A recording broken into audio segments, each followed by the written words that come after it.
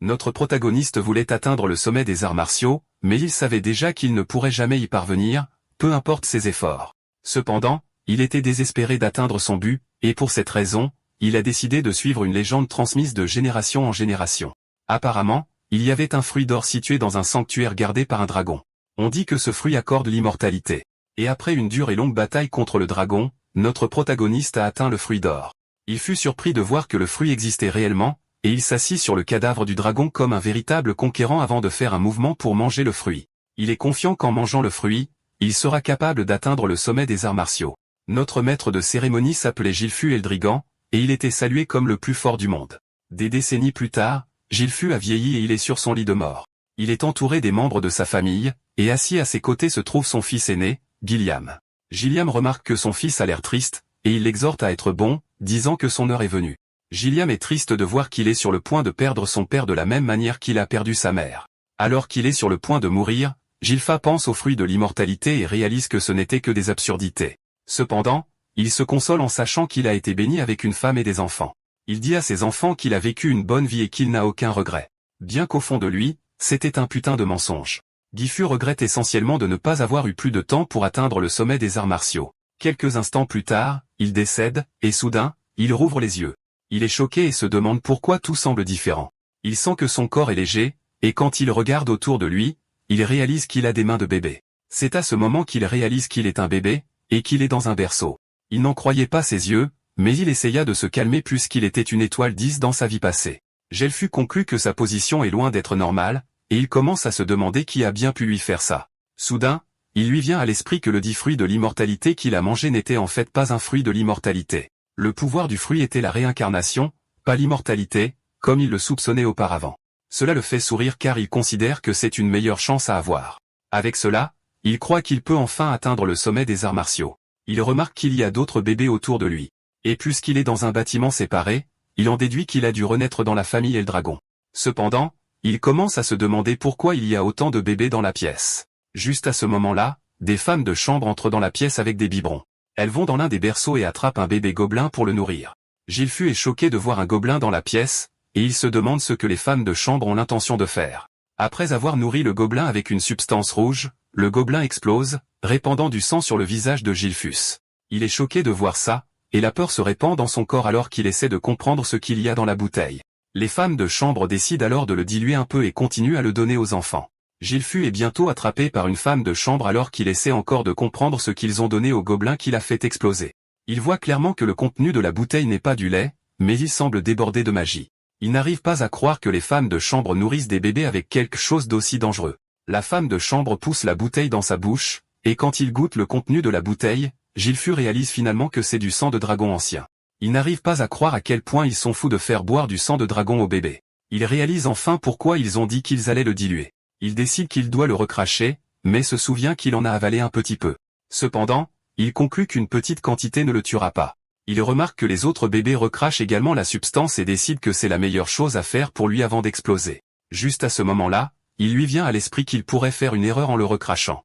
Il réalise que s'il absorbe toute la puissance magique, il pourrait finir par surpasser son ancien moi et enfin atteindre le sommet des arts martiaux. Il n'a aucune idée de ce qui se passe, mais il décide d'utiliser la situation au mieux de ses capacités. Il boit tout le contenu de la bouteille avec un visage déterminé à montrer à tout le monde pourquoi il ne devrait pas se moquer de lui. Même la femme de chambre est choquée de voir que Gilfi consomme joyeusement le sang de dragon qui lui est donné. La femme de chambre est également heureuse que les choses tournent en leur faveur. Après avoir fini de boire toute la bouteille, il est remis dans son berceau, et il réalise que les autres bébés ont également survécu à l'épreuve. Comme un bébé normal, il commence à avoir sommeil après avoir savouré un bon repas. 7 ans plus tard, on voit Gilfi s'entraîner à ses compétences de force en plaçant un rocher sur ses pieds tout en faisant une pompe à une main. Il atteint 1000 pompes avant de repousser la pierre au loin. Il fixe son corps musclé, et il admet qu'il l'aime. Apparemment, Gilfi s'appelle maintenant Zek Eldrigan. Zek attribue toute la force qu'il a à la qualité du sang de dragon qu'il a consommé. Le sang de dragon semblait détenir une vaste quantité de puissance, et même les bébés qui en ont ingéré juste un peu ont acquis des corps, qui sont bien plus forts que ceux des humains normaux. Grâce à la véritable source de puissance du dragon divin qu'il avait déjà absorbé dans sa vie passée, Zek a pu absorber chaque goutte du pouvoir unique du dragon ancien. Zek a pu subir une transformation qui l'a laissé lui-même choqué. Cependant, Zek remarque qu'il est toujours un guerrier une étoile, ce qui le déçoit plus qu'il est censé être au moins 4 étoiles. Fondamentalement, une étoile est la véritable source de puissance d'une personne, qui est compressée à sa limite extrême. On imagine son corps comme un univers et on laisse les étoiles bouger à l'intérieur. Il s'avère que la difficulté augmente avec chaque étoile car plus il y a d'étoiles, plus la force est grande. Et Zek, dans sa vie passée, a réussi à atteindre le rang de 10 étoiles, ce qui a fait de lui la seule personne au monde à jamais le faire. Cela fait maintenant 7 ans que Zek est né en tant que fils du chef actuel de la famille Eldragon, mais il est un enfant illégitime. Sa mère était déjà décédée, et son père n'a jamais montré son visage une seule fois. Zek n'arrive pas à croire qu'il a un déchet comme père. Apparemment, il s'est réincarné un millénaire plus tard où le monde est devenu un endroit où les faibles meurent aux mains des forts. Il existe également un étrange rituel connu sous le nom d'épreuve du dragon. Seuls les bébés qui survivent à la consommation de sang sont censés être entraînés en tant que guerriers dragons, mais Zek n'a reçu aucun entraînement de personne. Il essaie de poser des questions à la femme de chambre, mais la femme de chambre répond simplement qu'elle n'est pas autorisée à le dire. Zek se défoule auprès de la femme de chambre en lui rappelant que ceux qui ont réussi l'épreuve sont censés recevoir un entraînement au combat, mais il n'est entouré que de femmes de chambre et pas d'un seul instructeur en vue. La femme de chambre agit comme une poupée alors qu'elle demande à Zek s'il a besoin de quelque chose, mais il dit non. En fait, Zek peut se débrouiller seul puisqu'il se concentre actuellement sur la construction de son corps plus que sur l'entraînement au combat. Zek demande alors à la femme de chambre si elle peut lui donner des informations sur les autres enfants de la famille principale, mais la femme de chambre lui donne la même réponse, à savoir qu'elle n'est pas autorisée à le dire. Zek essaie de se débrouiller pour obtenir une réponse, mais la femme de chambre maintient sa réponse. Zek est énervé et se demande si c'est la seule chose que la femme de chambre peut dire. Zek demande alors à la femme de chambre s'il est à la maison pour être maltraité, mais la femme de chambre réfute cela, disant qu'ils ont reçu l'ordre de s'occuper de ses besoins personnels. Zek remarque que la servante est une combattante 3 étoiles et qu'elle l'aiderait pour son entraînement. Comme la servante n'est pas d'une grande aide, Zek décide qu'il est temps pour lui d'aller dans la forêt. Il n'arrive pas à croire qu'il vit avec une servante depuis 3 ans et qu'ils n'ont aucun lien réel. Zek attend une réponse, mais il n'en reçoit aucune de la part de la servante qui semble maintenant l'ignorer. Zek entre dans la forêt et mange un tas d'herbes toxiques, qui ont évidemment un goût affreux. Cependant, il s'en fiche car il considère cela comme faisant partie de son entraînement. Soudain, il remarque qu'il y a une faible trace qui le suit. Il se demande pourquoi quelqu'un le suivrait et ne se montrerait pas pour dire quelque chose. Il ignore qui que ce soit et se concentre sur ce qui arrive devant lui. Soudain, il remarque un sanglier en colère devant lui. Il réalise que la brume noire venant de la personne qui le suit n'existait pas dans sa vie passée, ce qui l'amène à se demander ce que c'est exactement. Néanmoins, Zek se montre au sanglier. Et comme son nom l'indique, il charge sur Zek. Zek sourit quand il réalise qu'il a l'attention du sanglier. Zek prend la position parfaite pour esquiver facilement le sanglier. Et une fois que le sanglier est bien à découvert, Zek lui donne un coup de poing dans le ventre. Cela provoque un impact terrifiant qui fracasse l'intérieur du sanglier et le tue en un seul coup. Zek est impressionné qu'une simple tape de sa part, lui qui est une étoile, ait pu éliminer le sanglier. Zek en conclut alors que c'est la qualité de l'étoile qui compte, pas la quantité. Zek attrape le sanglier et le met sur son épaule alors qu'il rentre chez lui. Zek parle de la façon dont il est déjà fatigué de rester seul, et il pense à partir à l'aventure. Cependant, il réalise que la mer sera le seul endroit où il pourra aller même s'il veut aller n'importe où. Pendant ce temps, l'étrange type qui suivait Zek est choqué qu'il ait été capable d'éliminer un sanglier avec un seul coup de poing sans jamais avoir reçu une once d'entraînement au combat. En plus de cela, il n'arrive pas à croire que Zek ait réellement remarqué qu'il se cachait. Il en conclut essentiellement que Zek n'est pas un enfant normal. Étant donné que sa mère est morte très jeune et que son père ne s'intéressait pas à lui, il en conclut qu'il est impossible que Zek ait reçu une éducation convenable. Cependant, il n'est pas autorisé à s'enfuir car il est l'enfant du chef de famille, et à cause de cela, il a été mis sous surveillance. L'étrange type réalise que les choses deviennent très intéressantes à chaque tournant. Zek rentre chez lui et remarque qu'il y a des visiteurs à la maison. Il peut sentir la force de ces visiteurs, et il se demande ce qu'ils veulent de lui. Il se dirige vers la porte pour écouter leur conversation, et d'après ce qu'il peut sentir, il n'y a aucune intention de tuer de leur part. Il ouvre alors enfin la porte pour voir des hommes dans la pièce, et il leur demande pourquoi ils sont venus. Il remarque que les hommes ont l'emblème Eldragon sur leurs vêtements. Cela le rend encore plus curieux, et il se demande ce que les hommes veulent de lui. Juste à ce moment-là, les hommes lui disent qu'ils sont venus le chercher car il doit subir un examen. Zek perd presque la tête quand il entend cela car personne ne lui a parlé d'un quelconque examen. Peu de temps après, Zek est emmené à la maison principale. Il ne s'attendait pas à revenir après 1000 ans car il était loin de là. Zek est habillé d'un uniforme scolaire par les hommes qui sont venus à la maison. Il s'avère qu'il a été amené à la maison principale non pas pour le luxe, mais pour fréquenter l'académie connue sous le nom de Dragon's Nest. C'était une académie qui a été établie par la famille Eldragon, et tous ceux qui sont nés dans la famille ont pour objectif de s'inscrire à l'académie. Apparemment, ils reçoivent tous une éducation quand ils atteignent l'âge de 7 ans, et aujourd'hui avait lieu l'examen d'entrée. Mais Zek n'a reçu aucune éducation en premier lieu. Cependant, Zek n'a pas d'autre choix que de passer l'examen car il est obligatoire, c'est pourquoi il a été amené de l'endroit où il séjourne dans les bois. Zek est frustré par tout, et cela le fait baisser la tête de douleur. Alors que les autres étudiants passent devant lui, l'un d'eux avec des cheveux bleus, Langus s'approche de lui. Langus vient du vieux village de l'échelle, et il demande à Zek s'il va bien ou s'il a des problèmes. Zek se retourne pour le regarder, et il lui demande grossièrement ce qu'il veut. Langus semble être une personne timide car il dit à Zek qu'il essayait seulement de l'aider car il a l'air d'avoir des problèmes. Zek est choqué par l'approche de Langus. Il peut sentir qu'il est du genre timide, mais il remarque qu'il a une certaine puissance qui le traverse.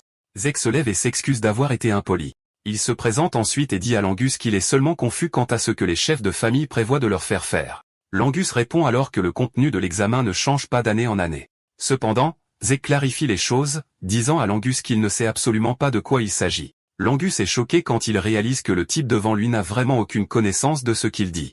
Langus se demande si Zek ira bien puisqu'il n'a aucune idée de ce qu'il va devoir affronter pendant l'examen. Langus décide alors de se donner la peine d'expliquer à Zek. Juste au moment où il est sur le point de commencer à expliquer, un groupe d'intimidateurs apparaît par derrière en appelant Langus un avorton. Même Zek est choqué d'entendre quelqu'un appeler Langus un avorton. Le groupe d'intimidateurs s'avère être dirigé par un type, Rhéton, et il vient aussi du vieux village de l'échelle. Rhéton se moque de Langus, lui demandant pourquoi un avorton comme lui vient passer l'examen alors qu'il peut rentrer chez lui et simplement jouer. L'ange ne parvient toujours pas à comprendre l'insulte car il répond qu'il est venu passer l'examen, mais cela ne fait que provoquer les cris de Rhéton. Rhéton dit à l'ange qu'il est un déchet et qu'il est impossible que quelqu'un comme lui entre un jour à l'académie. Rhéton continue de rire de Zek en lui rappelant que son père est un faux dragon. Zek remarque que Langus est énervé car il peut voir qu'il a serré le poing. Apparemment, la famille Eldragon a une hiérarchie, qui est établie par un monarque absolu. Les recrues sont connues sous le nom de dragons inférieurs. Les soldats ordinaires sont connus sous le nom de jeunes dragons, et la classe des capitaines sont les dragons adultes. Au sommet se trouvent les anciens ou la classe dirigeante, et ils sont connus sous le nom de dragons aînés. Cependant, il existe un niveau en bas qui est réservé aux déchets, et ils sont appelés les faux dragons. Les faux dragons sont ceux qui n'ont pas réussi à entrer dans le nid du dragon ou ceux qui n'ont pas pu obtenir leur diplôme de l'académie. Ils sont fondamentalement appelés des faux, mais Langus veut prouver que les gens comme lui ne sont pas des faux. Zek décide alors de se joindre à la conversation, et il demande à Rhéton comment il sait que Langer est un déchet alors qu'il n'a même pas passé l'examen. Rhéton est choqué par l'ingérence de Zek, et il lui demande qui il est et s'il a un problème avec lui. Zek répond qu'il est cool, mais il veut juste savoir pourquoi Rhéton pense qu'il est impossible pour Langus d'entrer à l'académie. Rhéton répond alors que les gens comme Langus sont des faibles. Zek est choqué d'entendre cela, et il dit simplement à Rhéton que Langus est plus fort que lui et sa bande de déchets. Cela énerve Rhéton qui demande à Zek s'il insinue qu'ils sont inférieurs à quelqu'un comme l'ange. Avant que tout ne puisse exploser, un examinateur se présente pour dire aux étudiants que l'examen d'entrée est sur le point de commencer. Il explique aux candidats qu'ils doivent choisir un numéro après l'inscription. Rhéton fixe Zek avec tellement de dégoût, promettant qu'il se souviendra de son visage. Zek est surpris que Rhéton soit déjà énervé, et il se demande pourquoi les jeunes d'aujourd'hui sont si impatients. Langus est surpris d'entendre Zek dire ça, car ils ont tous le même âge. Langus ajoute ensuite que n'importe qui se fâcherait si on le traitait de faible. Zek demande ensuite si l'examen est obligatoire, mais Langus mentionne qu'il est libre de se retirer s'il pense ne pas avoir la capacité d'y participer. C'est une surprise pour Zek, mais cela prouve davantage à Langus que Zek ne sait rien. Langus conseille ensuite à Zek de se retirer car il pourrait se blesser pendant l'examen. Zek fait savoir à Langus qu'il n'a pas l'intention de se retirer. L'ange est surpris de voir à quel point Zek est confiant même s'il n'a aucune idée de ce qu'est l'examen.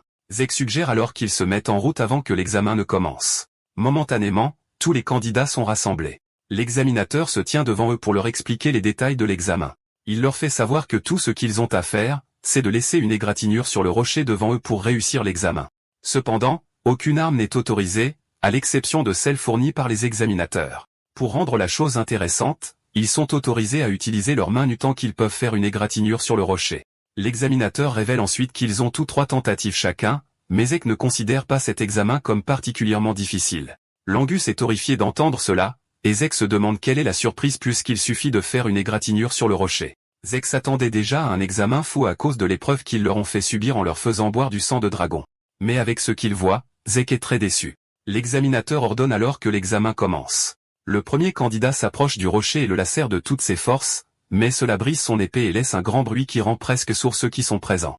Même avec toute la force qu'il y a mis, il n'a pas été capable de laisser une égratignure sur le rocher. Le garçon s'effondre au sol de douleur, et les examinateurs lui demandent s'il est prêt à utiliser ses 2 tentatives restantes, mais il a tellement mal qu'il ne le peut pas. Il déclare un forfait, et il est emmené. Zek remarque alors que Langus agit bizarrement, et il se demande pourquoi c'est le cas puisque l'examen semble facile. Zek interroge alors l'Angus au sujet du rocher. L'Angus révèle que le rocher est appelé la pierre de régénération, et qu'il peut réparer instantanément toute égratignure mineure. Il a également la capacité de réfléchir un impact de dégâts par 100 fois si attaqué avec la force brute. Zek en conclut que le rocher est plutôt scandaleux. L'Angus mentionne ensuite que l'on peut réellement laisser une égratignure dessus si la source d'énergie à l'intérieur d'une personne est correctement circulée. Avec ce qu'il vient d'entendre, Zek comprend que cela dépend essentiellement de la bonne manipulation de la source d'énergie éthérique plutôt que des compétences en arts martiaux de l'individu. Zek jette un coup d'œil aux participants, et il se rend compte qu'il y a un nombre considérable de candidats qui devraient être en mesure de réussir l'examen. Il remarque que Rayton et ses gars sont également assez forts pour réussir l'examen. De là où il est assis, il peut entendre les candidats échouer les uns après les autres après que leurs bras se soient cassés en essayant de laisser une égratignure sur le rocher. Momentanément, l'examinateur appelle le numéro 315, qui est le numéro de Zek. L'Angus craint pour Zek, et il exhorte Zek à se retirer, mais Zek lui assure qu'il ira bien. Zek s'avance, et une fois que l'examinateur pose son regard sur lui, il sent une immense pression et une aura venant de Zek. On demande à Zek de choisir une arme, et Zek répond qu'il n'y en a pas besoin car il prévoit d'utiliser ses mains nues. L'examinateur lui demande à nouveau s'il ne veut vraiment pas utiliser d'armes, et il répond oui, assurant à l'homme que ses poings suffisent pour faire le travail. Quand les autres étudiants entendent cela, ils commencent à se moquer de lui, disant qu'il n'y a aucun moyen qu'il soit capable de faire une égratignure sur le rocher avec juste ses poings. Même l'Angus ne croit pas en Zek car il croit sincèrement que ses bras et ses poings pourraient être arrachés. L'Angus commence à se blâmer, disant qu'il aurait dû essayer d'empêcher Zek de participer à l'examen. Puisque Zek a pris sa décision sur ce qu'il veut, l'examinateur lui dit de procéder. Zek examine le rocher et admet qu'il est composé d'un minéral qu'il n'a jamais vu auparavant. Il en conclut que c'est quelque chose qui s'est formé après 1000 ans. Il se rend compte qu'il y a beaucoup de choses qu'il ne sait pas encore, mais il décide de les reporter tout à l'avenir. Zek se donne de l'énergie, prêt à frapper le rocher. Avec la quantité de puissance qu'il a générée, il croit que cela devrait être suffisant pour faire ce qu'il veut au rocher. La technique qu'il préfère utiliser est appelée la forme de technique de combat de tueur de dragon. Une aura jaune brillante se forme autour de son corps et de son bras alors qu'il écrase son bras dans le rocher. Cela brise le sommet du rocher à l'impact, laissant un grand bruit et un nuage de poussière. Tout le monde est surpris, mais alors que tout le monde ferme les yeux de l'examinateur restent ouverts, agissant comme si c'était une grosse affaire. Zek pousse un soupir de soulagement, mais remarque que la technique est un peu avancée pour lui à son âge. Il vérifie son bras pour voir qu'il saigne, et son uniforme est également déchiré. Au lieu de se féliciter d'avoir brisé le rocher, Zek en conclut que son entraînement n'est pas suffisant. Les autres étudiants se demandent comment il a fait. D'un autre côté, Rayton est juste fou que Zek ait été capable de briser le rocher. L'Angus est laissé à ramasser sa mâchoire du sol puisque Zek est la dernière personne à laquelle il s'attendait à réussir l'examen. Même l'examinateur considère ce qu'il vient de voir comme une impossibilité car seule une personne de rang 4 étoiles ou plus aurait dû être capable de briser la pierre de régénération. Puisque Zek est un enfant illégitime, l'examinateur se demande s'il a en quelque sorte hérité des pouvoirs de la maison. L'examinateur se rend également compte qu'il a vu le mouvement que Zek a utilisé quelque part d'autre. Zek s'approche alors de l'examinateur en lui demandant comment il s'en est sorti à l'examen. L'examinateur lui fait savoir qu'il a réussi, et on lui donne une bouteille contenant une substance verte. Zek interroge le jeune examinateur sur le contenu de la bouteille, mais le type le fixe juste avec haine en lui disant de s'éloigner. Zek suppose simplement que la bouteille est une récompense pour avoir réussi le test. Zek retourne vers son nouvel ami, et l'Angus le félicite pour son incroyable performance. Zek interroge alors l'Angus au sujet de la bouteille, et il révèle que c'est une potion de guérison. Zek est confus quand il entend cela, et l'Angus mentionne que c'est une potion de guérison de qualité normale. Zek vérifie une fois de plus et réalise que la substance n'a pas l'air toxique. Il commence à se demander si la dite potion de guérison pourrait en fait être un élixir. Apparemment, un élixir est une potion qui est faite à partir de matériaux très rares, et elle est combinée avec des herbes qui ne poussent que dans des royaumes secrets. En plus de cela, des noyaux d'élixir purs provenant de bêtes divines et fantômes sont ajoutés. Boire l'élixir guérit essentiellement les blessures anciennes et récentes instantanément tout en stimulant également l'éther. Cependant, raffiner l'élixir est très difficile car ses ingrédients sont très difficiles à trouver. C'est pourquoi il apparaît rarement sur le marché. Zek consomme alors la potion de guérison, et comme prévu, ses bras déchirés se ressoudent. Zek est époustouflé et réalise que la potion de guérison est vraiment un élixir. L'Angus dit alors qu'il n'a aucune idée de ce qu'est un élixir, mais les potions de guérison et le dragon sont bien meilleures que celles obtenues dans les magasins. L'Angus considère cela comme une chose normale, tandis que Zek est complètement époustouflé car toutes ses blessures ont guéri instantanément.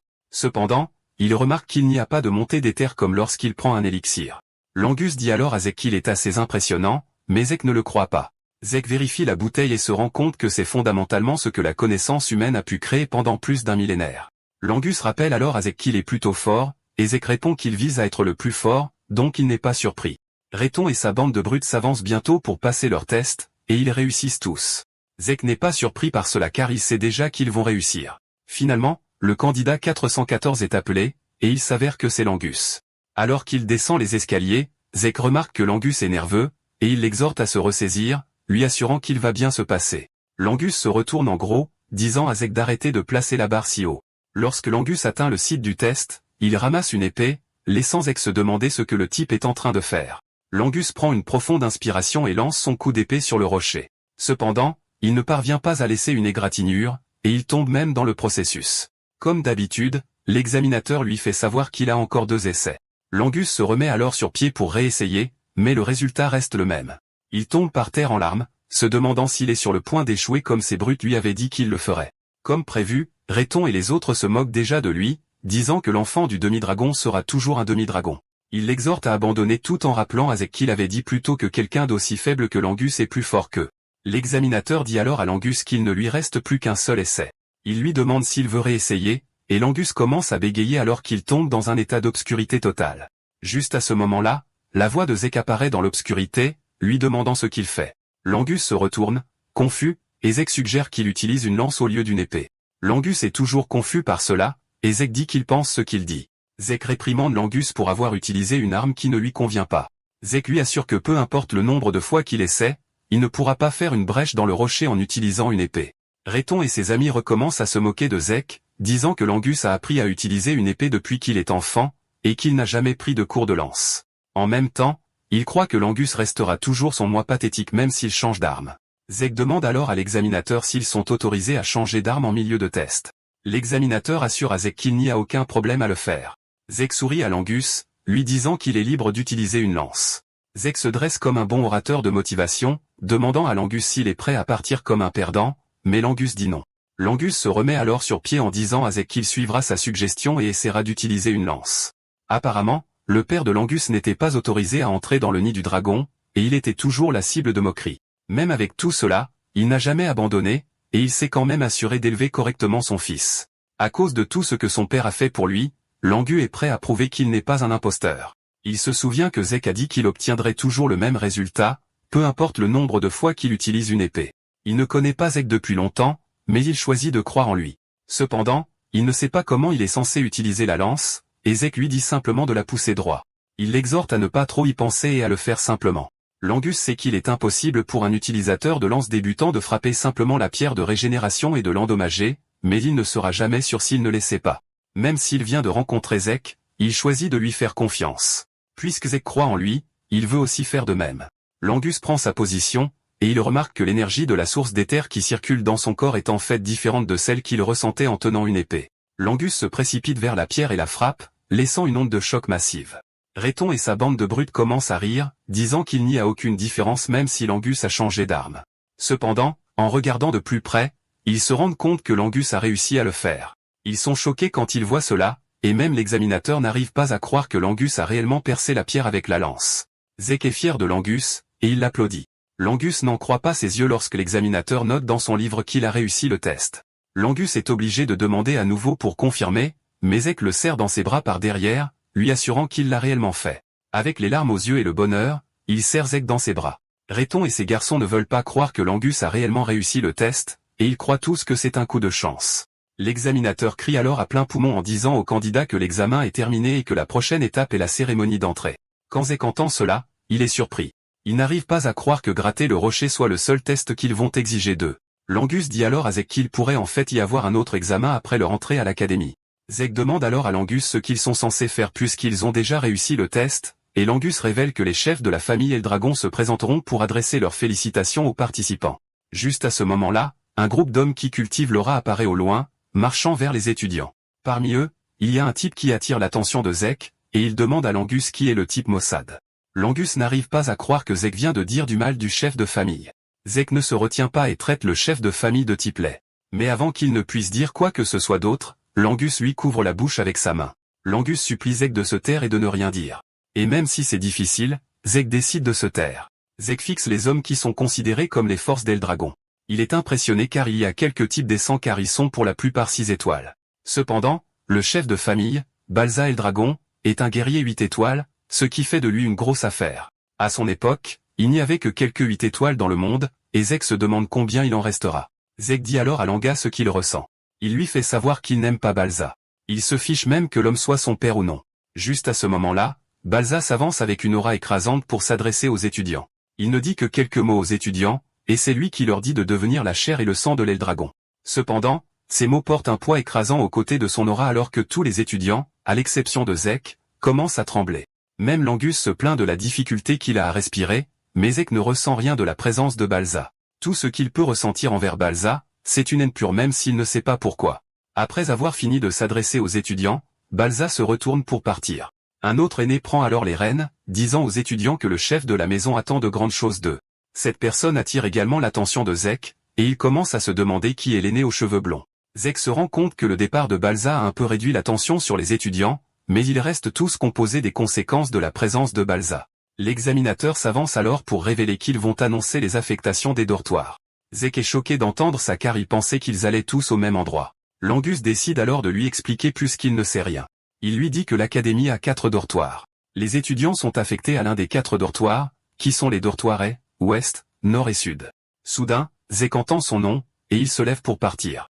Il dit à son nouvel ami de prendre soin de lui, et les deux échangent des amabilités avant qu'ils ne partent.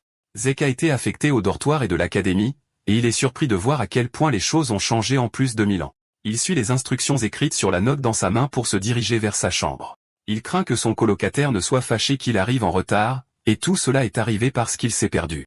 Il arrive enfin à la porte, et avec tout son enthousiasme, il ouvre la porte pour annoncer son arrivée et saluer son nouveau colocataire. Cependant, l'enthousiasme et l'excitation disparaissent quand il voit qui est son colocataire. Zek n'arrive pas à croire que son colocataire n'est autre que Langus. Et quand il voit le garçon, il suppose juste qu'il a une connexion inexplicable avec lui. Langus sourit en étant d'accord avec lui et en mentionnant également le fait qu'il se sentait déjà seul. Zek demande alors à Langus s'il n'y a pas de programme pour la journée, et il dit qu'il n'y en a pas. Puisque leur session d'entraînement commencera le lendemain, ils ont été informés de se reposer.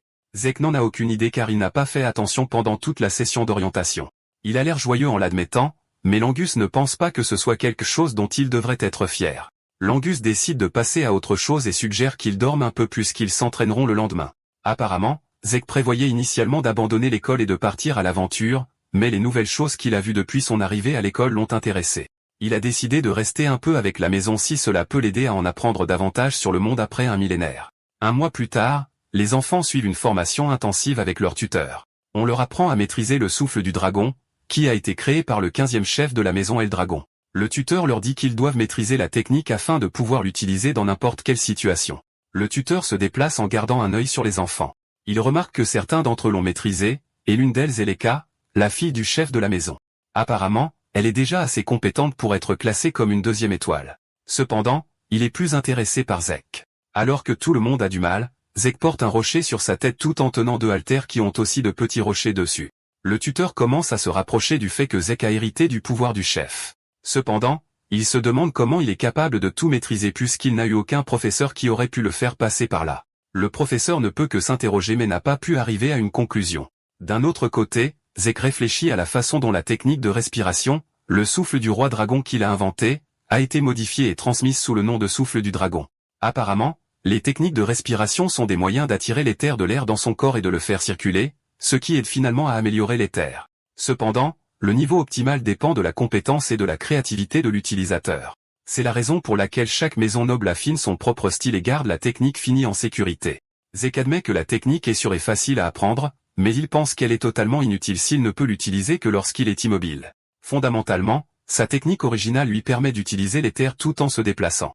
Les effets de la technique sont énormes, mais seuls quelques-uns l'ont hérité en raison de sa difficulté. Zek l'a simplifié à l'époque pour que n'importe qui puisse l'utiliser afin de rendre le clan plus fort, mais il n'a jamais pensé qu'il évoluerait et serait là pendant 1000 ans de plus. Zek est impressionné par cela, et il croit qu'il pourrait y avoir d'autres techniques d'arts martiaux qui ont également changé au fil du temps. Après la session d'entraînement, les enfants se dirigent vers la salle à manger pour manger. Alors que tout le monde a du mal à manger à cause de la fatigue, Zek grignote sa nourriture sans se soucier du monde. Il remarque que Langus a l'air épuisé, et il l'exhorte à manger sa nourriture car il ne pourra pas bouger de manière optimale s'il manque d'énergie. Langus est obligé de demander à Zek comment il est si plein d'énergie alors que tout le monde est épuisé. Zek rabaisse Langus, lui disant qu'il n'est qu'un faible. Il l'exhorte à manger plus et à s'entraîner plus dur. Tout en faisant la leçon à l'Angus, Zeke remarque que certains des enfants qui sont bien entraînés mangent réellement leur nourriture. Juste à ce moment-là, Zeke est approché par Leka, et parce que Zeke ne la connaît pas, il lui demande directement qui elle est. L'Angus s'étouffe presque avec sa nourriture quand il entend ça, et il se déplace rapidement vers Zeke pour lui chuchoter à l'oreille. Il lui dit que Leka est la fille du chef, mais Zeke dit innocemment à l'Angus qu'il n'en avait aucune idée. L'Angus est presque mourant de pression alors qu'il dit à Zeke qu'ils ne sont même pas censés parler à Leka. Zeke le regarde juste comme un imbécile en lui disant qu'il est aussi le fils du chef même s'il est un enfant illégitime. L'Angus et Leka sont tous deux choqués quand ils entendent ça, et Leka lui demande s'il dit la vérité. Zeke répond calmement qu'il n'a aucune raison de mentir. Leka lui demande alors comment il a pu devenir assez fort pour briser une pierre de régénération à main nue. Leka est vraiment intéressé, mais Zeke répond simplement qu'il a pu le faire parce qu'il est juste un type cool. Zeke remarque que l'Angus est totalement hors de sa zone, et il le rappelle à l'ordre, lui disant de manger sa nourriture. Leka se rapproche alors de Zeke, lui demandant s'il aimerait la rejoindre. Zeke est confus par ce qu'elle veut dire, et Leka le dit clairement, exhortant Zeke à devenir son subordonné. Leka dit à Zeke qu'elle va devenir son soutien plus qu'il est un enfant illégitime, et qu'il voudrait évidemment des alliés. Leka veut que Zeke l'aide à devenir le prochain chef en utilisant son pouvoir, et elle promet de le récompenser généreusement lorsqu'elle deviendra chef de la famille. Elle en parle avec douceur, mais Zeke lui dit calmement qu'il n'est pas intéressé par l'offre. Quand Leka entend ça, elle suppose que Zeke vise aussi à devenir le chef de la famille, c'est pourquoi il rejette la proposition. Pendant qu'elle est occupée à débiter ses absurdités, Zeke l'observe, et il voit qu'elle est déjà sur le point de devenir 2 étoiles, et il considère cela comme quelque chose d'impressionnant pour son âge. Zeke ouvre finalement la bouche pour dire à la fille qu'elle est libre de faire ce qu'elle veut car il n'est intéressé par rien qui concerne la famille. Leka est choquée d'entendre ça, et elle devient plus insistante alors qu'elle demande à Zeke ce qu'il veut vraiment. Zeke est énervé, et il poignarde avec colère la table avec son couteau de table tout en libérant une quantité effrayante de pression de son corps pour dire à Leka qu'il n'a aucun intérêt à servir qui que ce soit. Zeke dit qu'il veut être seul parce qu'il est évidemment le plus fort. Leka peut sentir la pression de Zeke, la laissant complètement choquée. Elle n'arrive pas à croire que l'aura de Zeke la fait réellement peur. Zeke continue de grignoter sa nourriture pendant que l'Angus essaie de calmer la situation. Leka craque alors, et elle défie Zeke en duel. Zeke est surpris par cela, mais il n'est pas du genre à reculer devant un défi. En peu de temps, la nouvelle du duel s'est répandue parmi les étudiants selon laquelle Leka a un duel sur les terrains d'entraînement. Les étudiants se précipitent pour regarder le duel, et pendant que l'Angus panique, Zeke agit de manière très décontractée. L'Angus essaie de rappeler à Zeke qu'il est sur le point de combattre Leka, mais Zeke répond simplement qu'il n'a aucune idée de qui elle est. Zeke remarque alors que l'Angus agit également formellement, et il lui demande pourquoi il en est ainsi. « Eh bien, génie, c'est parce que tu es le fils du chef, dit l'Angus. » Zeke demande alors à l'Angus ce qu'il veut de lui. Zeke essaie de lui expliquer la situation. Il dit que Leka est la fille de Balz, et qu'elle a aussi du sang Typhona, qui est en gros l'une des 4 grandes familles soutenant Eldragon. L'Angus dit que Leka est un génie parce qu'elle a réussi à maîtriser toutes les formes d'escrime qui viennent de la maison Typhona. Zeke reste là, nonchalant, en disant à l'Angus que la seule chose dont il est conscient est qu'elle est la fille de Balza. Zeke se met à rire, disant que ne pas savoir ajoute en fait plus de piquant à l'ensemble. Il considère cela comme un tournant excitant, tandis que l'Angus le gronde en lui disant qu'il n'a aucune chance de gagner contre Leka. L'Angus lui demande pourquoi il a accepté le défi en premier lieu, et Zeke dit qu'il est évident qu'il est censé accepter s'il est mis au défi en duel. De plus, Zeke regarde Leka et conclut qu'elle a l'air plus prête pour le duel. Leka crie alors à Zeke d'arrêter de bavarder tout en le regardant avec son épée enfoncée dans le sol comme une vraie guerrière et demande à Zeke s'il est prêt à recevoir de bonnes manières. Comme les deux sont prêts à se battre, l'Angus quitte l'arène pour eux. L'Angus exhorte Zeke à faire attention en s'enfuyant. Maintenant qu'ils sont seuls, Zeke demande à Leka pourquoi elle est si déterminée à le combattre. Leka répond qu'elle vise à être le prochain chef de la maison et à revendiquer le 10 sièges. Elle veut vaincre Zeke et le faire servir. Zeke est choqué quand il entend cela, et il commence à se demander ce que tout cela a à voir avec lui. Leka est surprise que Zeke agisse avec tant de désinvolture, et elle lui demande s'il ne connaît pas la vérité sur sa famille parce qu'il est un enfant illégitime. Zeke est sur le point de dire à Leka qu'il sait quand elle le coupe. Leka explique que, Zeke inclus, il y a 5 héritiers en compétition pour être le prochain chef. Zeke est le seul qui ne porte pas le sang de l'une des 4 grandes maisons d'Eldragon. Le point clé est que quelle que soit la maison qui produit le chef, cela signifie qu'ils s'efforcent tous d'être les meilleurs de l'académie. Et pour tenir tête à ses frères, Leka dit qu'elle a besoin de plus d'alliés. Toute l'explication laisse Zeke totalement confus, mais il parvient à en saisir le sens. Leka lui fait savoir qu'elle se bat pour assurer sa place, et sans perdre plus de temps, elle se jette sur Zeke. Elle est déterminée à vaincre Zeke, et avec son épée, elle essaie de frapper Zeke, mais il recule soudainement. Zeke esquive la frappe, mais la frappe de l'épée laisse le sol brisé. Leka n'est pas prête à abandonner et se relève pour attaquer Zeke. Elle balance son épée frénétiquement et avec une grande puissance, laissant les spectateurs totalement émerveillés. Il félicite Lekka d'être si douée avec l'épée, même si ce n'est qu'une épée d'entraînement. Comme si elle pouvait entendre les spectateurs l'acclamer, elle augmente l'intensité de l'attaque de Zek. Cependant, Zek se contente de bondir dans l'arène, esquivant chacune de ses frappes. Les spectateurs, quant à eux, sont époustouflés par la puissance de Lekka puisqu'elle est l'enfant du chef de famille. Ils sont convaincus que Lekka terminera le match à temps. À leur insu, Lekka est déjà frustré parce que tout ce que Zek fait, c'est sauter pour esquiver ses frappes. Zek ne fait pratiquement aucun effort pour esquiver les attaques de Lekka, ce qui l'oblige à remettre en question son incapacité à porter un coup. Zek félicite Lekka d'être aussi rapide, et le genre de technique qu'elle utilise semble également être excellent. Zek ajoute même qu'elle se débrouille mieux que les guerriers réguliers à une étoile. Lekka se fâche et crie sur Zek, lui disant de se battre au lieu de simplement parler. Puisque c'est ce que Lekka veut, Zek décide de lui donner un avant-goût de sa force. Zek esquive facilement sa frappe avant de lui donner un coup de poing dans la poitrine. Le coup de poing envoie une onde destructrice à travers son corps, la faisant cracher du sang. Lekka tombe à genoux, souffrant, laissant les autres étudiants choqués. Dans la douleur, Lekka lève les yeux et demande à Zek pourquoi elle ne peut pas le frapper alors qu'elle est censée être bien meilleure que lui. Zek admet qu'elle est plus rapide que la plupart des étoiles qu'il a rencontrées, mais il lui fait savoir qu'elle n'est toujours qu'une guerrière à une étoile. Lekka argumente alors, rappelant à Zek qu'il est aussi une étoile. Zek explique qu'il peut facilement lire ses mouvements grâce à sa façon de respirer, aux contractions de ses muscles et même aux mouvements de ses yeux. De plus, il a beaucoup plus d'expérience qu'elle. Zek explique cela d'une manière si arrogante que cela oblige Lekka à se remettre sur ses pieds. Elle se précipite à nouveau vers Zek avec son épée à la main, prête à lui arracher la tête. Mais même avec l'attaque surprise, Zek esquive toujours en sautant acrobatiquement vers l'arrière. Cela laisse Lekka clairement ouverte à l'attaque de Zek, et Zek la punit en la frappant directement dans le mur du fond. Elle frappe le mur et laisse un énorme nuage de poussière recouvrant la zone. Les spectateurs sont choqués quand ils voient cela et se demandent si Lekka a vraiment perdu. Lekka est excité quand il voit cela, et il se précipite dans l'arène, disant à Zek à quel point il est incroyable. Cependant, Zek dit à Lekka que le combat n'est pas encore terminé. Zek est impressionné que Lekka soit réellement capable de résister à son coup. Lorsque la poussière se dissipe, on voit Lekka lutter pour se relever avec un corps meurtri, mais elle n'est pas prête à abandonner.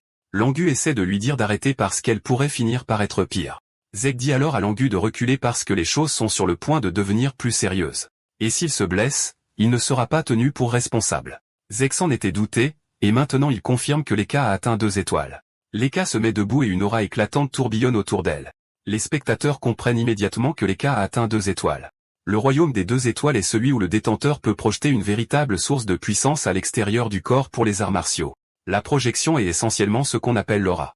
Lekka semble plus forte, et elle remercie Zek de l'avoir poussée à atteindre 2 étoiles. Enragée, elle se précipite vers Zek, prête à le frapper. Son épée suit une traînée dorée d'aura, et Zek admet qu'elle est devenue plus forte et plus rapide. Zek continue de jouer avec elle jusqu'à ce qu'il juge mal sa force, et il finit par se faire couper au visage. Lekka remarque qu'il est laissé en admiration, et elle l'utilise pour se vanter de la force d'une étoile à 2. Elle assure à Zek qu'il est sur le point d'affronter les véritables arts de l'épée du grand esprit du tonnerre. Zek, de son côté, est excité car il va enfin assister à quelque chose qu'il n'a pas vu dans le passé. Il est absolument emballé de voir ce que Lekka lui réserve. Lekka active alors sa technique de flash de lumière du tonnerre qui frappe Zek avant même qu'il ne puisse bouger, le laissant totalement choqué et avec des questions sur la façon dont Lekka est capable de manier la foudre. Zek admet que Lekka est assez folle, mais Lekka ne voit aucune forme de regret venant de lui parce qu'il sourit. Lekka active avec colère une autre technique frappant Zek, le laissant conclure que ce que Lekka fait est tout simplement trop pour lui. Il sait que son corps ne peut pas encore supporter ce que Lekka lui fait. Et alors qu'il essaie encore de recueillir des informations sur son état actuel, les spectateurs sont tous émerveillés. Ils ne s'attendaient pas à ce que quelqu'un qui est un guerrier à une étoile tienne tête à Lekka. Zek se rend compte que les mouvements de Lekka n'ont pas beaucoup changé, mais sa promotion à 2 étoiles lui a donné une puissance explosive soudaine. Zek est forcé d'admettre que Lekka se débrouille plutôt bien, en plus du fait qu'être couvert d'éclairs comme elle le fait était pratiquement impossible il y a 1000 ans. Vu la façon dont elle se déplace, Zek comprend qu'il pourrait lancer une contre-attaque, mais il est curieux de voir toute sa puissance. Alors il est prêt à encaisser les coups jusque-là. Lekka est furieuse que Zek ait encore l'effronterie de sourire alors qu'il est dans une si mauvaise posture. Elle en conclut que Zek déborde de confiance et décide qu'elle va lui enlever cette confiance. Elle fonce sur lui avec une technique encore plus mortelle et plus rapide que Zek ne pouvait esquiver. Zek regarde l'attaque l'atteindre, et il est projeté contre le mur, laissant une forte explosion qui inquiète tous ceux qui regardent son bien-être. La poussière se dissipe et Zek est toujours sur ses pieds avec un sourire aux lèvres. Cela la met à nouveau en colère, et elle le frappe avec un autre éclair pour le mettre à genoux. Langus arrive en courant, disant à Lekka d'arrêter l'attaque, mais Lekka refuse, répondant que Zek est sur ses pieds. Leka affirme qu'elle ne peut pas s'arrêter car cela ne ferait qu'écraser sa fierté. Leka promet d'être indulgente envers Zek s'il se rend et jure fidélité envers elle. Cependant, Zek reste muet, et Leka voit clairement que même s'il n'est pas un enfant légitime, sa fierté en tant qu'Eldrigan demeure en lui. Puisqu'il agit avec arrogance, Leka décide qu'elle va utiliser tout ce qu'elle a pour terminer le combat. Elle active les arts de l'épée du grand esprit du tonnerre, le tonnerre céleste, et elle le frappe avec. Zek ne peut pas bouger d'où il est, et il a subi toute la force de la frappe. Son corps est frappé par tellement d'éclairs qu'il hurle de douleur. Une fois l'attaque terminée, Zek s'écrase au sol brisé, sans réaction. Leka enfonce finalement son épée dans le sol, croyant que le match est terminé. À sa plus grande surprise, elle entend la voix de Zek derrière elle, disant qu'il comprend enfin comment les choses fonctionnent. Leka se retourne, et pour ajouter à la surprise, le corps de Zek scintille maintenant, soulignant le fait qu'il peut maintenant utiliser l'électricité. Cela la choque et la laisse également se demander pourquoi Zek peut utiliser l'électricité. Zek est également choqué car il ne savait pas que c'est ce qu'ils appellent l'électricité. Il marche vers Leka avec fierté, lui disant qu'il n'a en fait aucune idée de la façon dont il est capable de le faire. Cependant, il se laissait intentionnellement frapper pour pouvoir étudier le pouvoir de Leka. Et avant qu'il ne s'en rende compte, il pouvait déjà l'utiliser. Même avec son explication, Leka est toujours extrêmement confuse car ce que dit Zek devrait être impossible. Tout ce que Zek sait, c'est qu'alors que Leka le frappait avec ses attaques, il utilisait constamment le souffle de son roi dragon, et l'énergie de la foudre a fini par réagir au souffle de son roi. Cela a fini par accumuler de la foudre à l'intérieur de lui, et en un rien de temps, il s'est retrouvé à contrôler la foudre. Zek dit à Leka qu'il ne connaît peut-être pas tous les détails, mais il comprend que Leka a un corps rare car le grand art de l'épée est une technique familiale. Zek décide de supposer que tout son clan a la même constitution qu'elle, et il a également appris une grande leçon selon laquelle la puissance source elle-même peut être fusionnée avec la foudre. Zek ajoute ensuite que c'est grâce à Leka qu'il a réussi à devenir 2 étoiles. Sur ce, Zek lui dit avec assurance que le combat n'est pas encore terminé. Leka balance avec colère son épée sur lui, mais Zek sourit seulement et active ses pouvoirs de foudre. Zek saute alors si vite qu'il ne pouvait plus contrôler son corps. Étant donné que sa puissance source a été infusée des propriétés de la foudre, tous ses muscles et ses nerfs sont stimulés, ce qui lui donne plus de force. Zek considère cela comme un trait spécial et en conclut qu'il va s'y habituer en un rien de temps. Pendant ce temps, Lanus ne peut que regarder de côté alors que les deux se battent, et il a du mal à suivre. Lanus se rend vite compte que Zek esquive déjà les frappes de Leka assez facilement. Leka est frustré par tout cela, ce qui l'amène à demander à Zek s'il essaie de se moquer d'elle, mais il dit non, lui disant qu'il la considère en fait comme une véritable menace. Leka balance son épée sur une grande distance juste pour essayer de le prendre au dépourvu, mais il esquive toujours la frappe, et il décide qu'il est temps qu'il termine la bataille. Zek mentionne que pour terminer la bataille, il va créer une nouvelle technique même si cela fait longtemps qu'il ne l'a pas fait. Leka est confuse quand Zek dit cela, et Zek lui fait savoir que c'est exactement comme elle l'a entendu. Il va créer une nouvelle technique ou une forme spéciale, pour faire simple. Cela choque Leka, ce qui l'amène à se demander si Zek a été formé aux arts de combat secrets, mais elle ne peut pas imaginer de quelle maison il s'agit.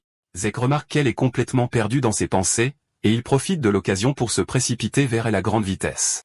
Zek la frappe avec sa nouvelle technique, les arts du massacre de dragons, la tempête de tonnerre.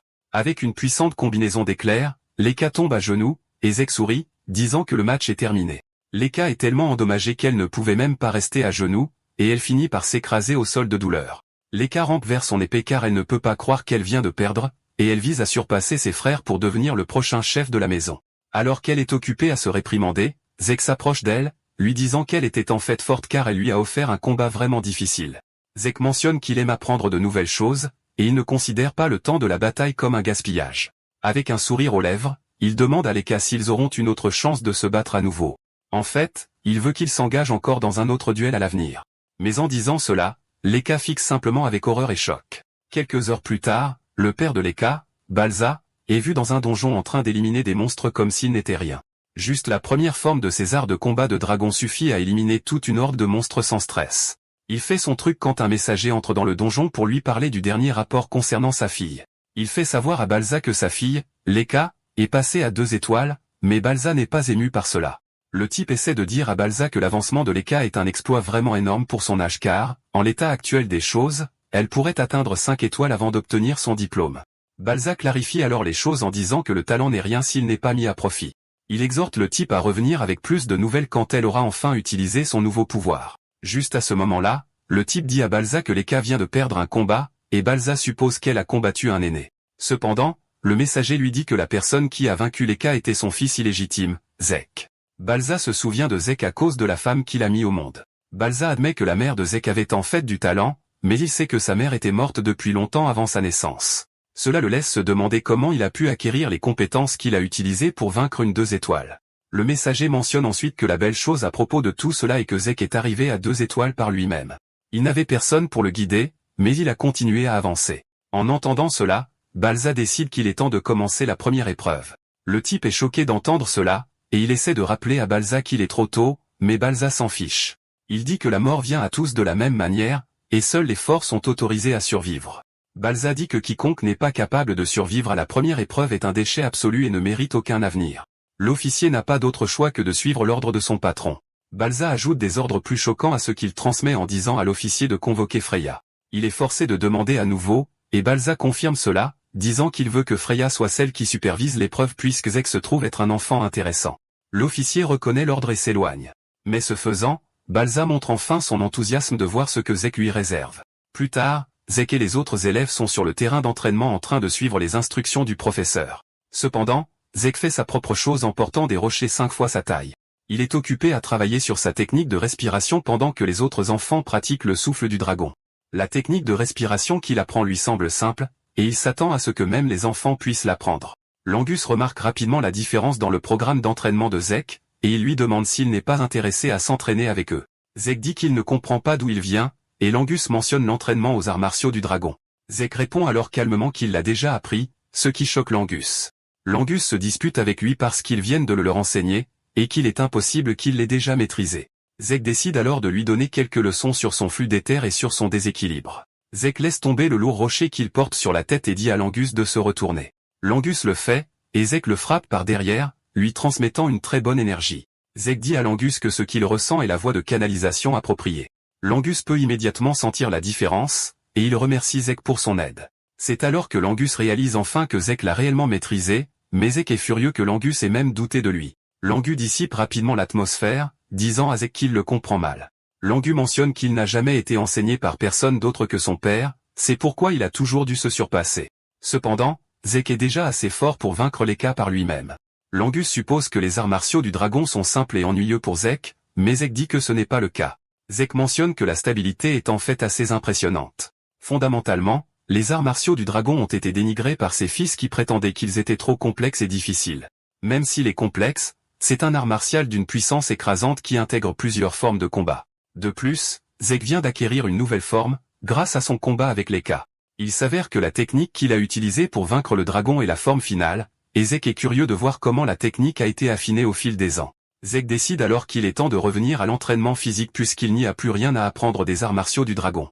Soudain, l'Angus frappe Zek avec une requête étrange, lui demandant s'il lui ferait l'honneur de l'entraîner. L'Angus parle de son désir de devenir vraiment fort même si c'est assez difficile. Étonnamment, Zek lui dit qu'il est partant parce qu'il voit en l'Angus quelqu'un qui est enseignable. L'Angus est toujours en train de célébrer sa victoire lorsqu'une voix familière apparaît derrière lui, demandant à Zek de l'entraîner aussi. La voix n'est autre que Lekka, et même si elle est timide à ce sujet, elle ne peut s'empêcher d'admettre que Zek est assez impressionnant pour l'avoir vaincu. Lekka parle de la qualité de Zek, et elle admet que sa fierté a été brisée lors de leur match. Zek est choqué par cette demande soudaine, et Lekka ajoute qu'elle veut aussi devenir plus forte pour pouvoir surpasser ses frères et même Zek lui-même. Lekka abandonne complètement son ego, et elle exhorte Zek à lui apprendre à être plus forte. Mais Zek prend un moment pour réfléchir à sa réponse, laissant Lekka dans un état de panique. Lekka est impressionnée quand elle réalise que Zek est prêt à l'entraîner puisqu'il a aussi une revendication au titre de chef. Zek assure à Lekka que ça ne le dérange pas de l'entraîner, mais il craint qu'elle ne soit pas guérie de leur dernier combat. Laika révèle alors qu'elle a utilisé une potion de guérison, c'est pourquoi elle va bien. Zek est époustouflé par les choses ridicules que la potion peut faire. L'Angus dit ensuite que Laika est également impressionnante, mis à part le fait qu'elle a utilisé une potion de guérison. Zek est d'accord, disant qu'ils vivent maintenant dans une ère où tout est possible. Lekka se confesse également, disant que sans la potion, elle aurait été alitée pendant un mois entier. Elle demande ensuite à nouveau à Zek s'il est prêt à l'entraîner, et Zek lui assure qu'il n'est pas du genre à refuser un jeune talent enthousiaste. Lanus et Lekka sont choqués par son choix de mots puisqu'il est aussi jeune qu'eux. Zek passe nerveusement à autre chose pour éviter d'autres questions de leur part. Zek demande ensuite à Lekka si elle est sûre de recevoir une formation de lui, car c'est lui qui l'a battue en premier lieu. Lekka répond que ça ne la dérange pas parce qu'elle n'est pas en position de se soucier du statut ou de la fierté. Elle est prête à tout faire pour devenir plus forte et revendiquer le poste de chef pour elle-même. Zek lui demande alors pourquoi elle est si obsédée par l'idée d'être le chef de la famille parce que c'est la même chose qu'elle criait quand ils se sont battus. Leka avoue alors que ne pas devenir le chef de la famille signifie que le seul chemin pour elle est le mariage. Et en parlant de mariage, ce sera un mariage politique, ce qui est assez évident. Elle va finir par épouser l'un de ses cousins ou un type qu'elle n'a même jamais rencontré de sa vie. Zek est choqué d'entendre cela, et Leka explique que la lignée Eldragon est précieuse, surtout pour les 4 grandes maisons. Elle dit que la véritable source de leur pouvoir est assez unique, c'est pourquoi ils vont utiliser les femmes de la manière qu'ils veulent. Zek entre dans une rage folle quand il entend cela parce qu'il n'a jamais cru que la famille traiterait un être humain comme du bétail reproducteur. Zek jure qu'il sera celui qui mettra fin à cette culture et tradition poubelle. Soudain, l'instructeur attire l'attention des élèves sur le fait qu'il y a un nouvel instructeur en ville. Il leur dit que le dit instructeur est venu même si elle était très occupée. La dame rousse apparaît de nulle part et essaie d'attraper Leka par l'oreille, mais ses réflexes se déclenchent et elle recule avant qu'elle ne puisse la toucher. La dame félicite les réflexes de Leka en disant qu'ils sont plutôt vifs. Langu, d'autre part, tremble de peur, et il attrape Zek parce qu'il ne pouvait même pas la sentir.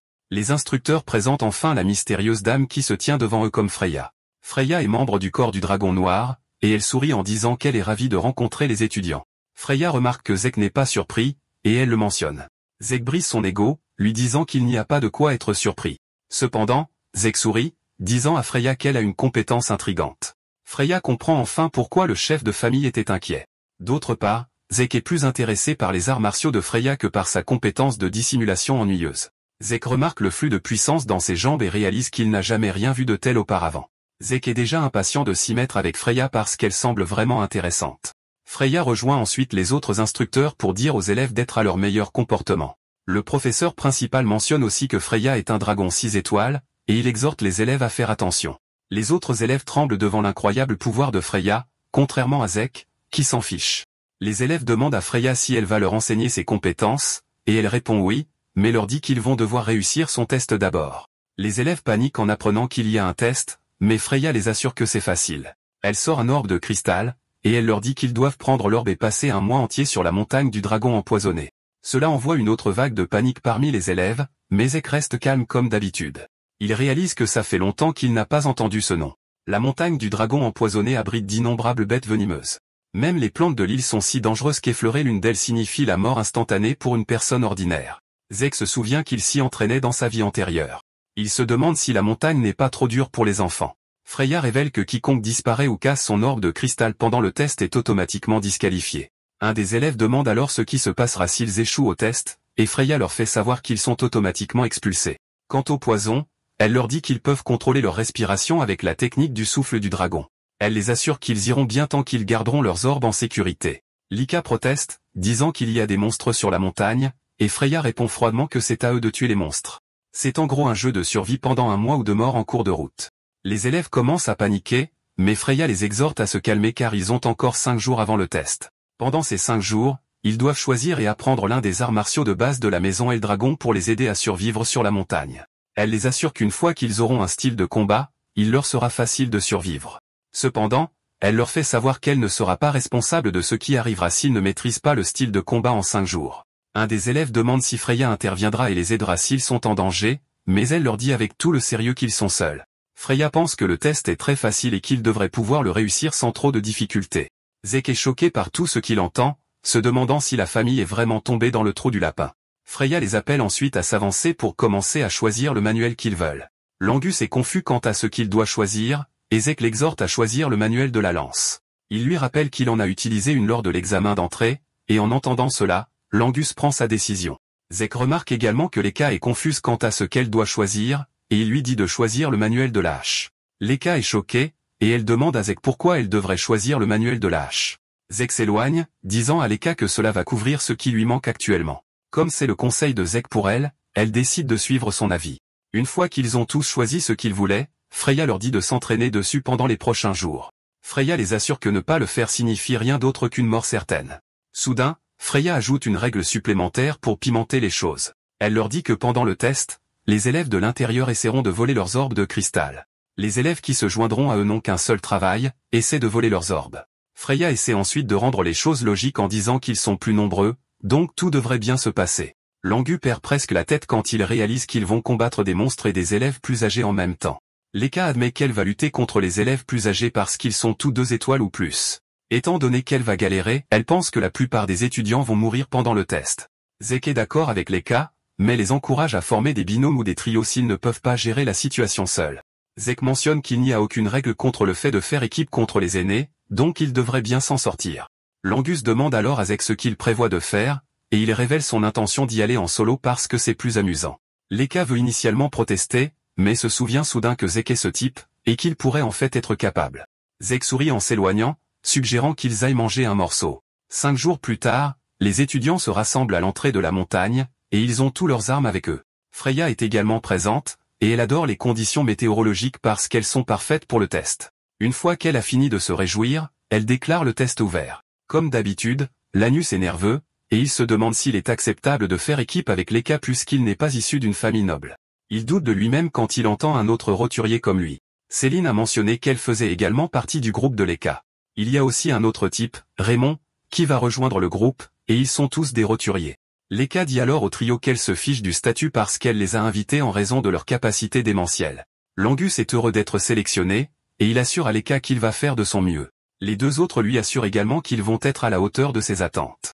Quant à Zek, il maintient sa position sur le fait d'y aller en solo. Zek félicite ensuite l'équipe de Laika, en disant qu'ils forment une équipe solide.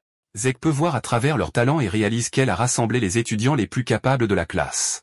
Il est impressionné qu'elle ait un œil vif pour le talent. Zek assure à Magnus qu'il n'a pas à s'inquiéter parce que son équipe est pratiquement imparable. Freya est surprise de voir que les étudiants ont choisi de se déplacer en groupe. Elle approuve ces tactiques puisque la plupart d'entre eux n'ont même pas pleinement maîtrisé leurs armes. Une fois qu'elle confirme que tout le monde a ses orbes de cristal, elle leur rappelle que leur travail est de survivre pendant un mois tout en gardant l'orbe.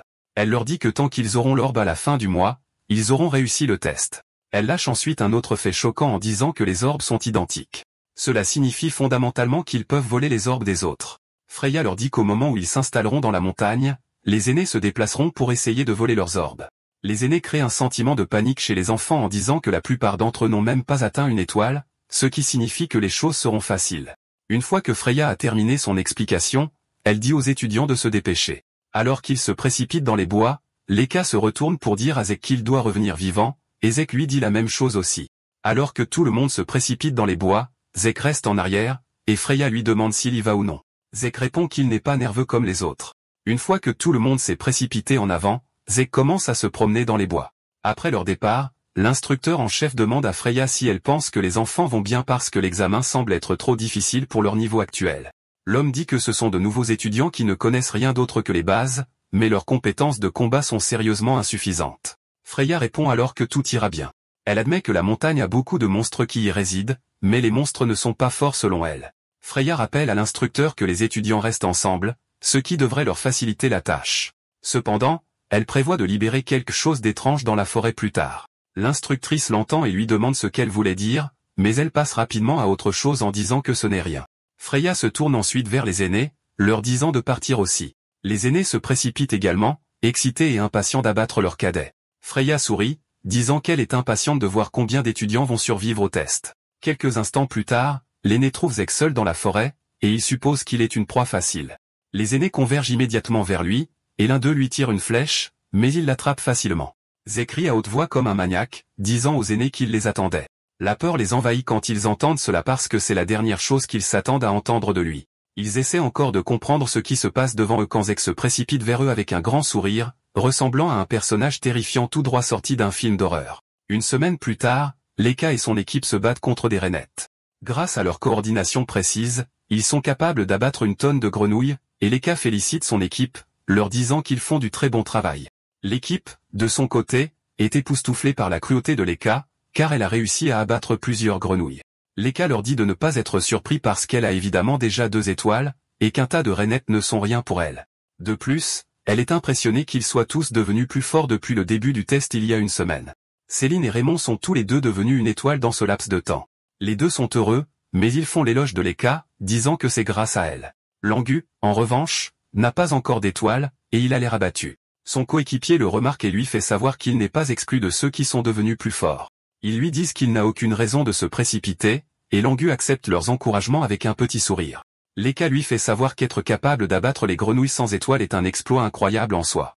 De plus, Leka ajoute que l'Angus s'est entraîné avec Zek avant le test, ce qui a rendu son travail à la lance absolument parfait. Leka lui dit que ce n'est qu'une question de temps avant qu'il n'atteigne une étoile. Comme il commence déjà à faire noir, Leka suggère qu'il retourne à la base. Après tout, il est dangereux pour eux de se déplacer dans le noir. En arrivant à la base, ils sont accueillis par une surprise. Un étudiant de classe supérieure les attend déjà, et au moment où ils l'aperçoivent, ils se mettent tous en position de défense. Leka lui demande s'il est là pour voler leur orbe de cristal, et il leur dit que c'est la seule raison pour laquelle il est là. Leka se rend compte qu'ils ont enfin rencontré un étudiant de classe supérieure, et qu'il a 2 étoiles. Leka lui suggère de faire demi-tour et de partir puisqu'il ne pourra pas tous les battre à lui seul, mais fait savoir à Leka qu'elle se trompe dans son hypothèse. 3 autres étudiants de classe supérieure qui ont une étoile apparaissent derrière en encerclant l'équipe. Le mec se moque de Leka, lui disant qu'elle est peut-être forte, mais en même temps, elle ne peut pas les abattre tout en protégeant les bons à rien qui se disent ses coéquipiers. Le mec dit à Leka d'abandonner, mais Leka refuse, et les deux se chargent l'un sur l'autre. Leka dit aux autres de rester en sécurité jusqu'à ce qu'elle en ait fini avec le mec à 2 étoiles. Une bataille féroce s'ensuit entre le reste de l'équipe et les étudiants de classe supérieure. Les étudiants de classe supérieure exhortent l'équipe à rendre tranquillement leurs cristaux, mais aucun d'entre eux n'est prêt à le faire. L'Angus se retrouve face à l'une des étoiles les plus coriaces, et il commence à réfléchir à ce qu'il doit faire. Son esprit se souvient de la conversation qu'il a eue avec Zek. Il a demandé à Zek quoi faire face à un adversaire puissant. Zek anéantit son espoir et lui dit d'abandonner. L'Angus est choqué, et Zek souligne que c'est la chose la plus naturelle à faire puisqu'il n'a absolument aucune chance de vaincre une étoile 3 ou même une étoile 4 tout seul. Cependant, il lui fait savoir qu'il pourrait avoir une chance s'il affronte un ennemi une étoile. Comme ils sont tous concentrés sur le test, Zek dit à l'Angus que les monstres les plus forts de la montagne sont 2 étoiles. De plus, les étudiants de classe supérieure qu'ils combattront sont au maximum 2 étoiles. Avec ça, Zek dit à l'Angus qu'il a une petite chance. Zek dit à l'Angus que la tactique n'est pas trop compliquée. Zek dit qu'il a juste besoin d'attendre une ouverture, et cela déconcerte l'Angus. Zek dit qu'il a une chance de renverser la bataille en sa faveur contre une étoile. L'Angus lui demande comment il est censé trouver une ouverture, et Zek dit que tout ce qu'il a à faire est de continuer à endurer. Zek explique que son seul choix est d'endurer jusqu'à ce que l'adversaire laisse finalement une ouverture. L'Angus est horrifié par cela, et Zek lui rappelle qu'il affronte un adversaire plus fort, ce qui signifie qu'il n'a aucune chance de créer une ouverture par lui-même. Zek dit qu'il doit endurer même s'il est en train de mourir, car ne pas le faire signifie qu'il n'a absolument aucune chance. Zek lui assure qu'avec son niveau actuel, il devrait être capable d'endurer contre quelqu'un d'aussi fort que Leka. L'Angus est sceptique à propos de tout ça, et Zek lui dit qu'il doit avoir confiance en lui pour que ça marche. De plus, Zek lui dit de ne pas trop y penser. Zek dit qu'il n'a pas besoin de trop réfléchir à la façon de trouver une ouverture parce que son adversaire en laissera une au bon moment. Avec ça, il va avoir la chance de l'abattre avec sa lance. Maintenant que l'ange affronte un adversaire plus fort, les mots de Zek résonnent dans sa tête, et il admet qu'il est plus faible, mais il doit endurer et attendre une ouverture. Après des minutes à essayer de percer et à échouer à chaque fois, l'adversaire de l'ange est frustré et saute dans les airs dans le but de le frapper d'en haut. Cependant, cela fournit l'ouverture que l'Angus attendait, et il enfonce sa lance directement dans le type pour l'assommer. Cela choque le type qui n'en croit pas ses yeux, et en même temps, l'Angus saute dans le train en marche des guerriers une étoile. Au même moment, Leka inflige de sévères punitions à son adversaire même s'il est lui aussi une étoile 2. Leka est capable de faire ça, grâce aux techniques d'épée que Zek lui a conseillé d'apprendre. Leka maîtrise son adversaire et le frappe pour être venu après elle et son équipe. Après s'être occupé du type, Leka court vers son équipe seulement pour découvrir qu'ils ont aussi gagné leurs batailles individuelles. L'équipe célèbre, et il félicite aussi l'Angus d'avoir atteint sa première étoile. Il apprécie le geste et admet qu'il est très heureux. Leka est confiante qu'ils ont maintenant une meilleure chance de gérer des adversaires plus coriaces maintenant que tous les membres de l'équipe ont une étoile. Après la bataille, Leka révèle sa curiosité quant à la façon dont Zek se débrouille. À leur insu, Zek est en train de tabasser les étudiants de classe supérieure comme s'ils étaient un tambour Cherokee, et ceux qui peuvent lui échapper le catégorisent essentiellement comme un monstre terrifiant. Bon, les gars, c'est la fin de la vidéo. Si vous aimez cette vidéo, commentez la prochaine partie dans la section des commentaires. Abonnez-vous également à la chaîne, cliquez sur la cloche et aimez la vidéo. Merci d'avoir regardé et à la prochaine fois.